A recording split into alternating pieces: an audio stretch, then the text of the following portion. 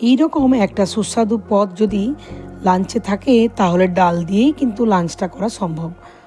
প্রথমে এই লঙ্কাগুলো ভালোভাবে ধুয়ে ভেতর পর্যন্ত বীজ আর শিরা বার করে নিয়েছি আর লবণ লাগিয়ে দিয়েছি।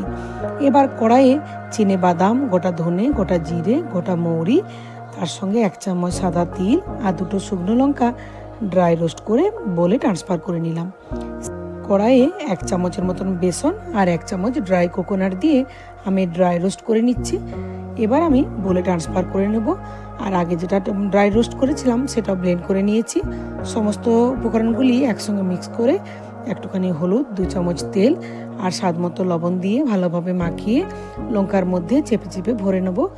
এবার কড়াই সাদা তেল দিয়ে লঙ্কাগুলো ছেড়ে দিচ্ছি। তারপর উলটপালট করে ভেজে ওপর থেকে একটু জল ছিটিয়ে ঢেকে ঢেকে রান্না করে নিলেই তৈরি হয়ে গেল আমাদের ভারবা মির্চি।